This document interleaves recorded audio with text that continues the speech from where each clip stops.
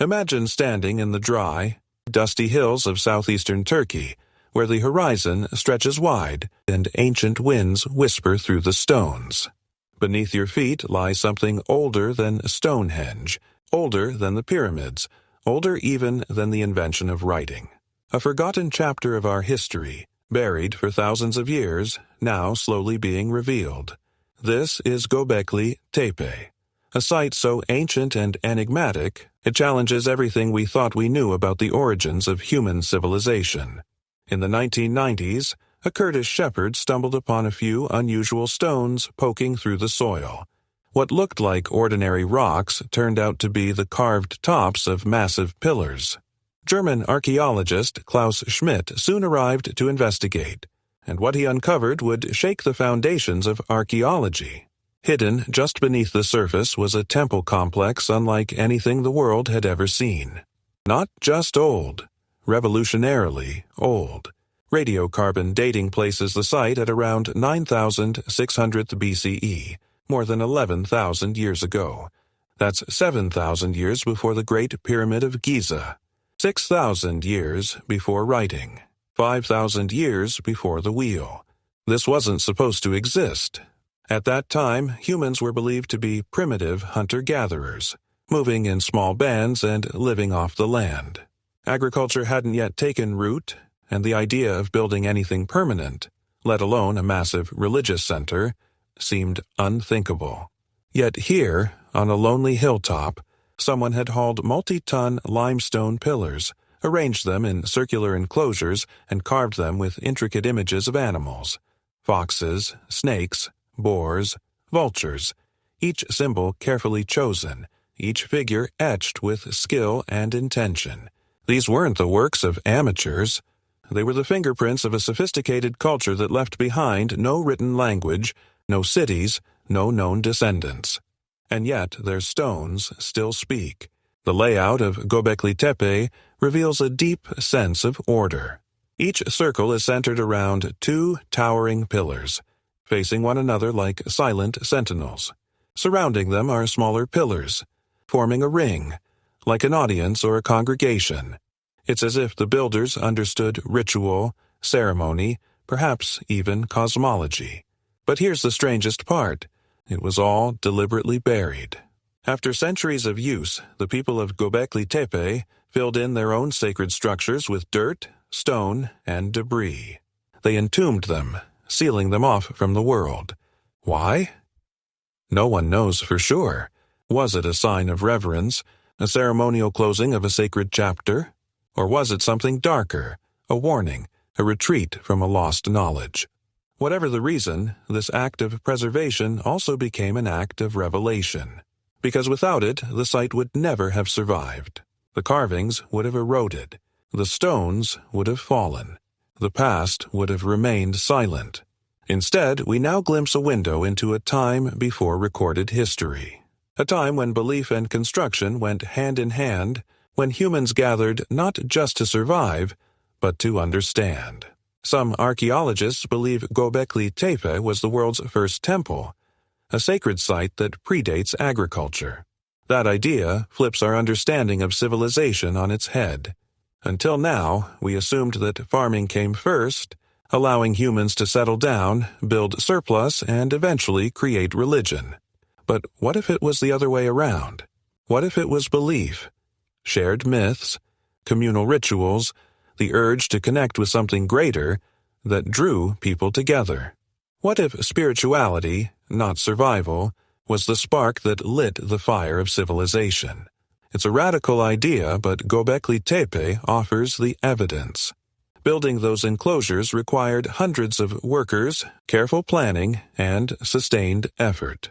That kind of organization implies social cohesion, leadership, vision. But why would hunter-gatherers constantly on the move invest so much in a fixed place? Perhaps they didn't live there. Perhaps they came in pilgrimage, journeys across vast distances, meeting at sacred times to honor forces they couldn't name, but deeply felt. And in doing so, they began to cooperate, to trade, to experiment. Maybe in the shadow of those great stones, the seeds of agriculture were planted, not in the soil, but in the imagination. Over time, small camps might have turned into permanent villages, shared labor into shared knowledge, worship into settlement. If so, Göbekli Tepe wasn't just a temple. It was the blueprint for human society. And yet, for all its mystery, we've only uncovered a fraction of it. So far, fewer than 10% of the site has been excavated. Ground-penetrating radar reveals dozens more circles hidden beneath the hill. Each may contain new carvings, new clues, new revelations. Every shovel of earth could change our understanding of who we are and where we come from. But Göbekli Tepe is more than just an archaeological puzzle. It's a symbol of humility, a reminder that history isn't always linear, that progress doesn't always follow a straight path, that the past holds stories deeper and stranger than we dare imagine. It reminds us that early humans were not simply surviving. They were observing the stars, honoring animals, asking questions. They were artists, builders, believers. They looked at the same moon we see today and wondered about the same mysteries. Who are we? Why are we here? What lies beyond this life? Those questions are etched into the stone, not with words but with symbols. Silent, eternal, waiting. And perhaps that's why Göbekli Tepe captivates us, because it blurs the line between prehistory and myth. It suggests that there was once a time, not recorded in books, but in memory, when people gathered under the open sky, lit fires, told stories, and built something that would outlast them all. A message, not in language, but in stone. The symbolism of the animals, too, invites interpretation. Were these creatures part of the people's mythology? Did they represent spirits, gods, or totems? Some believe that the carvings may encode astronomical knowledge, perhaps even an early zodiac. Others suggest the site records a cosmic event, like a comet strike or an eclipse, frozen in stone as a warning or remembrance. The truth remains elusive, but one thing is clear. The builders of Göbekli Tepe had a relationship with the natural world that was spiritual, reverent, and complex. And the questions don't stop there. If Göbekli Tepe was just the beginning, what else lies hidden beneath the soil of our planet? Could there be other sites, just as old, just as advanced, waiting to be uncovered? Some researchers believe there are sister sites nearby, or even connected ceremonial routes, forming a prehistoric network of sacred places. Perhaps what we found so far is only a fragment of a much larger story, one that stretches across continents and epochs, linking forgotten civilizations in ways we've yet to comprehend. And what of the builders themselves? Where did they go? Why did their knowledge vanish? Did their descendants carry fragments of this wisdom into the future, echoes of which survive in myths, symbols or oral traditions passed down through millennia? Every stone at Göbekli Tepe invites not just analysis, but wonder.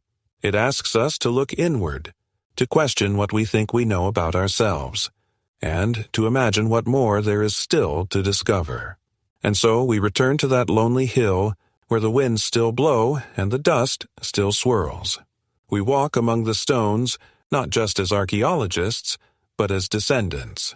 The echoes of the past hum beneath our feet, reminding us that the beginning of civilization might not have been a slow crawl from savagery, but a leap, driven by awe, by wonder, by something sacred. The people who built Göbekli Tepe are long gone. Their names are lost. Their voices are silent.